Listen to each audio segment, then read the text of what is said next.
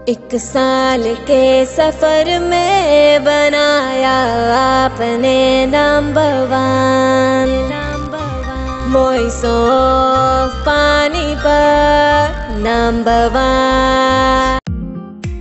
This program sponsor by lord Shiva enterprises, अपने आप में एक पहचान, near hotel waste Panipat.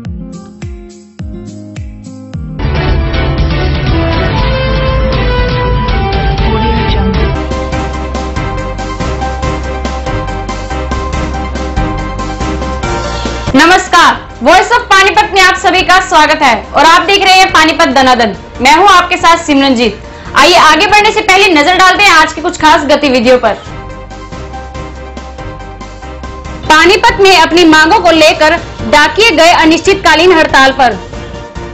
PCC academy में किया आत्महत्या रोकथाम डॉक्यूमेंट्री फिल्म का विमोचन। गांव धनसोली के सरकारी स्कूल की हालत दयनीय, ना ही पीने का पानी और ना ही शौचालय की व्यवस्था। हरियाणा रोडवेज कर्मचारी करेंगे कृष्णलाल पवार के आवास का घेराव। आर्यबाल भारती विद्यालय में किया बाल चरित्र निर्माण का आयोजन। 3 जून को शुरू होने वाली रथ यात्रा का दीपेंद्र सिंह हुड्डा ने लिया जायजा। पानीपत में अपनी मांगों को लेकर डाकिये अनिश्चितकालीन हड़ताल पर चले गए हैं। उनका कहना है कि सरकार ने उनके साथ वायदा खिलाफी की है। उन्हें 7वें वेतन आयोग का जो लाभ मिलना चाहिए वो उन्हें नहीं मिल रहा है। पानीपत के डाक विभाग के सामने सरकार के खिलाफ नारेबाजी कर रहे ये वो डाकिये हैं जो आपके घर तक जरूरी दस्तावेज पहुंचाते हैं। ये सभी सरकार के खिलाफ वादा खिलाफी का आरोप लगा रहे हैं। डाकिया संघ के प्रधान प्रेम सिंह ने बताया कि भाजपा सरकार जब सत्ता में आई थी तब उन्होंने 7वें वेतन आयोग का वायदा डाकिया विभाग से किया था, लेकिन अभी तक उन्हें इसका फायदा नहीं मिला। उनका कहना है कि अगर सरकार ने हमारी मांगे नहीं मानी तो वो आर पार की लड़ाई लड़ेंगे। हमारे को केंद्र सरकार से बहुत उम्मीद थी। पहले जब इनकी सरकार आई थी तो इन्होंने हमारे को आश्वासन दिया था संसद में खड़े होके, भाई हम जीडीएस की जो डिमांडें हैं हमने पूरे तहे दिल से मान ली है, लेकिन हमारी जो आश्वासन दिए गए थे वो कोरे निकले, उन पे कोई अमल नहीं हुआ और आज तक उसके बाद भी कोई बेनिफिट हमारी जो है सरकार हमारे को नहीं दे रही है। हमारे को बंधुआ मजदूर की तरह काम लिया जा रहा है, 3 घंटे दिखा करके हमारा शोषण किया जा रहा है। हम बार बार ये मांग सरकार से कर रहे हैं कि हमारी ड्यूटी जो है बढ़ाई जाए, 8 घंटे पूरी की जाए, क्योंकि हमारा काम जो 8 घंटे पूरा होता है और उसके हिसाब से हमारे को 7वां वेतन आयोग जल्द से जल्द लागू करवाया जाए। जो उसके बेनिफिट है कमेटी ने जो रिपोर्ट दी है उनको बिना किसी कांट छांट के तुरंत लागू किया जाए, यही हमारी मांग है सरकार से। पीसीसी एकेडमी में आत्महत्या की रोकथाम हेतु 2 मिनट 15 सेकंड की डॉक्यूमेंट्री फिल्म का विमोचन किया गया। इसमें डीएसपी विद्यावती ने शिरकत की। डीएसपी ने सभी बच्चों को पेपर में कम नंबर आने के बाद इस आत्महत्या जैसी घिनौनी हरकत न करने की सीख दी। मौके पर मौजूद एकेडमी के डायरेक्टर राजीव परुथी ने सभी बच्चों को अपने शब्दों द्वारा ऐसी घिनौनी हरकत न करने की शपथ दिलवाई और राजीव ने कहा कि इंसान के हाथ में है कि उसे अपना जीवन कैसे जीना है, कि वह अपनी जिंदगी कैसे जीना चाहता है। मौके पर मौजूद शिल्पा परुथी ने कहा कि अगर इंसान इस घिनौने अपराध को करने से पहले एक बार अपने परिवार के बारे में सोच ले तो शायद इतनी घिनौनी हरकत कभी ना करेगा। ये बहुत ही प्रेरणादायक है, बहुत ही लाभदायक है। आगे ये सभी बच्चों तक पहुंच जाएगा। जो बच्चे ऐसा कदम उठाते हैं वो रुक जाएंगे, क्योंकि बच्चों को मैं ये भी बताना चाहूँगी कि आत्महत्या जो है ये किसी प्रॉब्लम का सॉल्यूशन नहीं है, क्योंकि उनका जो जीवन है वो माता पिता के लिए तो महत्वपूर्ण है, वो समाज के लिए, देश के लिए है। क्योंकि हमने सभी धार्मिक ग्रंथों में पढ़ा कि जो मानव जीवन है वो कितने 84 लाख जाति पैदा होके जो भी जीव पैदा था, 84 लाख जन्म लेकर हमें मानव जीवन मिलता है। तो इस जीवन का वो उपयोग करें, देश के लिए, मानवता के लिए अपना जीवन को लगाएं, कभी भी हताश ना हो, कभी असफल ना हो। आज पीसीसी एकेडमी में आत्महत्या रोक पर एक छोटी सी डॉक्यूमेंट्री मूवी का विमोचन किया गया। यह विमोचन हमारे डीएसपी विद्यावती मैम ने आकर किया। मैं देख पा रहा हूं कि हमारे जो युवा पीढ़ी है नंबर कम आने पर आत्महत्या कर लेती है, तो उसको रोकने के मैंने ये काम किया। क्योंकि जो मैं मोटिवेशन दे रहा हूं वो कुछ 4 दीवारी तक सीमित है। मैं चाहता हूं एक छोटी सी वीडियो के माध्यम से ये आवाज जन जन तक जाए, पूरे भारत में जाए, और जो भारत में कुछ ऐसे युवा पीढ़ी है जो ये घिनौनी हरकत करती है वो ना करे। मेरे युवा पीढ़ियों, मेरे दोस्तों, मैं सिर्फ इतना ही कहूंगा कि ये घिनौनी हरकत करने से पहले अपने माता पिता के बारे में सोचिए, अपने दोस्तों के बारे में सोचिए, अपने दोस्तों के प्यार के बारे में सोचिए, अपने रिश्तेदारों के बारे में सोचिए, इस समाज के बारे में सोचिए। ये ऐसी हरकत करने से, अपने आप को खत्म करने से कुछ नहीं हासिल होता है। हमें चुनौतियों का सामना करना है, हमें लड़ना है, हमें अपने भविष्य को बनाने के लिए ये जरूरी नहीं है कि नंबर कम आ गए तो भविष्य नहीं बनेगा। बहुत सारे ऐसे समाज में लोग हैं जिनका भविष्य जो है बहुत ऊंचा है, पर उन्होंने बहुत कामयाबी हासिल करी है। पानीपत के रहने वाले अमित जांगड़ा ने बाइक पर सवार होकर 14 राज्य और 3 केंद्र शासित प्रदेशों में जाकर दिव्यांगों की हालत जानने की कोशिश की और साथ ही उन्हें उनके हक के बारे में भी जानकारी दी। तस्वीरों में दिखाई देने वाला यह शख्स पानीपत का रहने वाला अमित जांगड़ा। अमित जांगड़ा खुद एक दिव्यांग है। अमित पिछले 28 दिनों में देश के हर कोने से बाइक लेकर गुजरा। अपनी यात्रा के दौरान अमित कश्मीर और कन्याकुमारी तक दिव्यांगों की हालात जानने के लिए अलग अलग राज्यों से बाइक पर सवार होकर उनका हाल जाना और दिव्यांगों को उनके हकों के बारे में जानकारी दी। आज मैं 28 दिन की यात्रा पूरी करके आज पानीपत में दोबारा से आया हूँ। आज से लगभग 28 दिन पहले 26 अप्रैल को मेरी कश्मीर से कन्याकुमारी तक की यात्रा आरंभ हुई थी। इस दौरान मैंने 28 दिन में देश के 14 राज्य और 3 केंद्र शासित प्रदेश से होते हुए लगभग 9000 किलोमीटर की दूरी तय की, जिस दौरान मैं देश के सैकड़ों शहरों में गुजरा, वहाँ के दिव्यांगों से मिला, वहाँ की सामाजिक संस्थाओं से मिला, अलग अलग भाषाओं के लोग, अलग अलग खान पान, अलग अलग रहन सहन, अलग अलग मौसम की परिस्थितियों को पार करते हुए आज मैं दोबारा अपने शहर पानीपत में आया हूं, जहां पर जो स्वागत हुआ है मेरा, इसने मेरा जो हौसला बढ़ाया है, मेरे हौसले में बिल्कुल पूरी तरीके से जान डाल दी है और आगे भी इस तरीके की यात्राएं होती रहेंगी।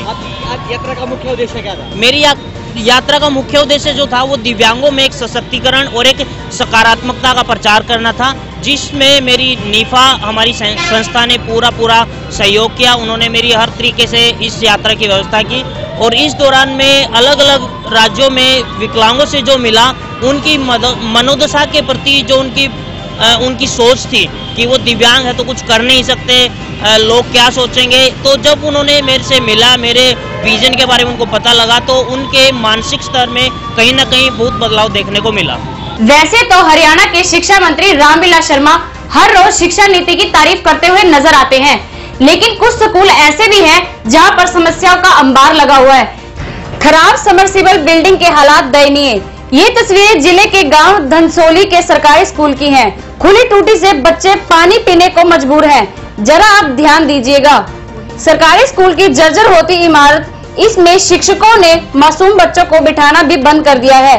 कभी भी यहाँ बड़ा हादसा हो सकता है, लेकिन अधिकारी इस पूरे मामले पर मौन हैं। छात्रों ने बताया कि खारा पानी पीना पड़ रहा है।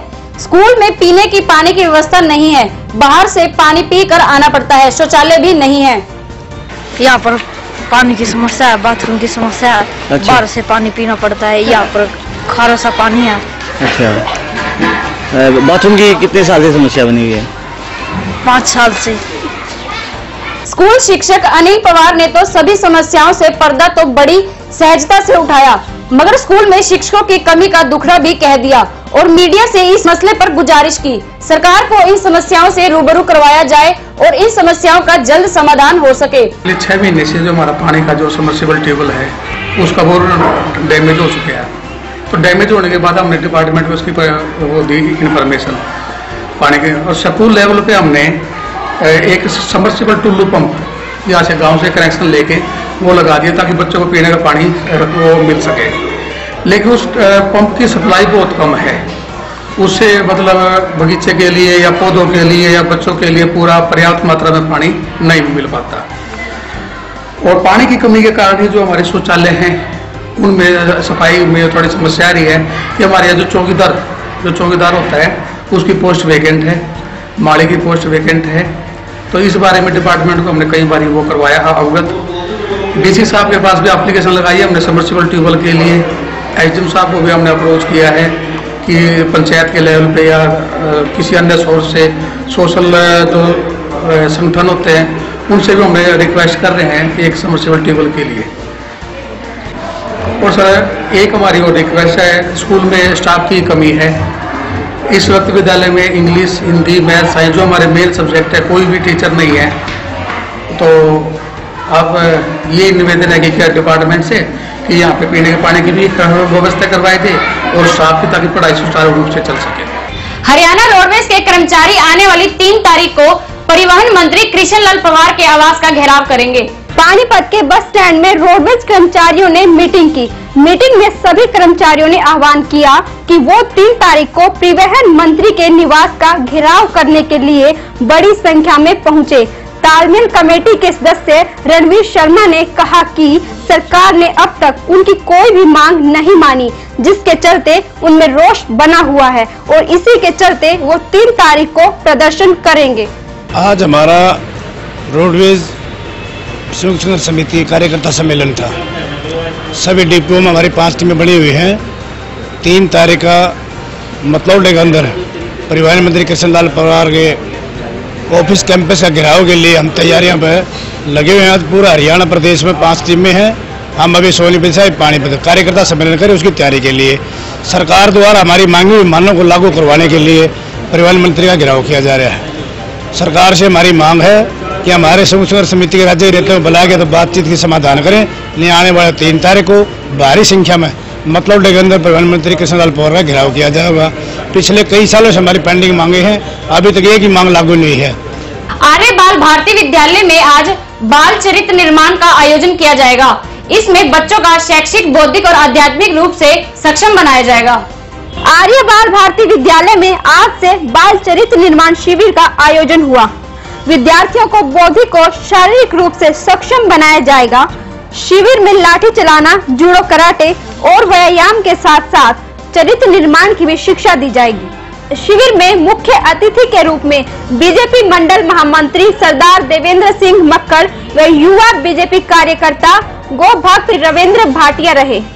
आर्यवीर दल ने जो ये कैंप लगाया है, इस देश का भविष्य जो ये छोटे छोटे बच्चे हैं, देश का नेतृत्व कैसा हो, समाज का नेतृत्व कैसा हो, ऐसे विषय इन बच्चों को समझाए जाएंगे।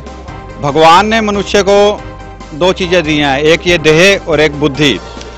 शारीरिक और बौद्धिक दोनों का विकास कैसा होना चाहिए और क्यों होना चाहिए, इन सारे विषयों के बारे में हमारे सभी आचार्यगण इन बच्चों को अच्छा प्रशिक्षण देंगे। आर्य बाल भारती विद्यालय पानीपत आर्य प्रतिनिधि सभा हरियाणा द्वारा संचालित है। प्रति वर्ष जो बालक हैं, विद्यार्थी हैं, उनके बौद्धिक, शारीरिक और आत्मिक विकास के लिए बाल चरित्र निर्माण शिविर का आयोजन किया जाता है। आज के दिन इस शिविर का शुभारंभ हुआ है और 30 तारीख को समापन होगा। 4 बजे सभी बच्चों के अभिभावक यहाँ निरीक्षण के लिए आएंगे। बच्चों ने जो शारीरिक विकास किया है, बौद्धिक विकास किया है, आत्मिक विकास किया है, उसकी झलक उस दिन स्पष्ट रूप से दिखाई देगी। तो बच्चों को अच्छे नागरिक के रूप में, ईमानदार नागरिक के रूप में, देशभक्त नागरिक के रूप में, जातिवाद, छुआछूत आदि से दूर रहने वाले नागरिक के रूप में समाज को देना, यही इस शिविर का उद्देश्य है। पूर्व सीएम भूपेंद्र सिंह हुड्डा 3 जून से पानीपत के स्मालखा से अपनी जन क्रांति रथ यात्रा रैली शुरू करने जा रहे हैं। दीपेंद्र ने कहा कि भाजपा सरकार पूरी तरह से फेल हो चुकी है। हुड्डा ने कहा कि हजारों किसानों को नीलामी के नोटिस जारी हुए हैं। अगर किसी किसान की जमीन नीलाम हुई तो सरकार की ईंट से ईंट बजा देंगे और इसके लिए बड़ा आंदोलन करेंगे। दीपेंद्र सिंह हुड्डा ने खिलाड़ियों के सम्मान को लेकर चल रहे विवाद पर कहा कि ये सरकार खिलाड़ियों का सम्मान करना ही नहीं चाहती। कभी किसी बात को लेकर चर्चा है तो कभी किसी बात को लेकर। इस बैठक में उसको हम एक फाइनल शेप देंगे, अंतिम रूप देंगे कि क्या शेड्यूल रहेगा 3 का, 4 का, 5 का, क्या किस तरीके का कार्यक्रम रहेगा, कौन से गांव में से रथ निकलेगा, उसको हम शेड्यूल देंगे। और 3 तारीख की जो शुरुआती एक रैली नहीं, एक महारैली होगी जिसमें लाखों लोग शिरकत करेंगे। तो उसमें क्या किस तरह के प्रबंध हैं, क्या सारी चीज़ें हैं, तो आज हम उन्हीं मुद्दों के लिए यहाँ पे सारे प्रमुख साथी इकट्ठे हुए। ये जितना खिलाड़ियों का तिरस्कार इन सरकार ने किया, खिलाड़ी डिजर्व नहीं करते थे, क्योंकि ये कभी कहना कि करेंगे, कहीं कहना नहीं करेंगे, कभी ये कहना कि हम कंडीशनल करेंगे, कहे कि भाई अगर कोई भारतीय फौज में है उसका नहीं करेंगे क्योंकि वो हरियाणा की टीम से नहीं खेला, वो सर्विसेज की टीम से खेला। ये कोई भारत की फौज में अगर कोई हरियाणा का कोई जाता है नौजवान, तो मैं आपसे सवाल पूछना चाहता हूँ, वो और कहाँ जाएगा? हरियाणा की अलग फौज तो है नहीं, देश में भारत की फौज ही है।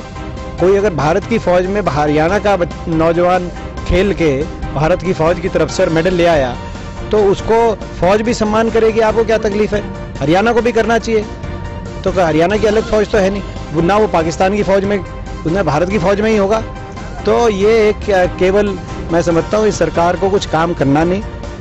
प्रदेश में हजारों किसानों को जमीन नीलामी के नोटिस दिए गए, हम इसका पुरजोर विरोध करते हैं। 10 वर्ष कांग्रेस के हुड्डा कार्यकाल में एक किसान की जमीन का नोटिस नहीं दिया गया, नीलामी का, एक किसान की, और कानून बना दिया गया, नियम बना दिया गया कि किसान की जमीन नीलाम नहीं होगी। काला कानून खत्म होकर दिया गया था कि ना जमीन नीलाम होगी ना गिरफ्तारी होगी। हुड्डा साहब ने दोनों काले कानून खत्म कर दिए थे। अगर आपको नीलामी करनी है तो विजय माल्या की संपत्ति की भी नीलामी करो, नीरव मोदी की संपत्ति की नीलामी करो, जो हजारों लाखों करोड़ रुपए का गबन करके बाहर बैठे हैं। मगर आप किसकी नीलामी कर रहे हो?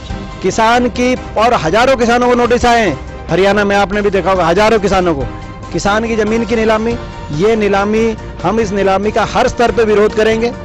हम इस नीलामी के प्रक्रिया का हर स्तर पे पुरजोर जितना हो सकेगा उतना हम विरोध करेंगे और सरकार को चेतावनी देते हैं कि अगर ये नीलामी की प्रक्रिया सरकार ने ना रोकी और इस नीलामी की प्रक्रिया में सरकार आगे बढ़ी तो ऐसा आंदोलन हम प्रदेश में खड़ा करने का काम करेंगे जो सरकार की ईंट से ईंट बजा देंगे।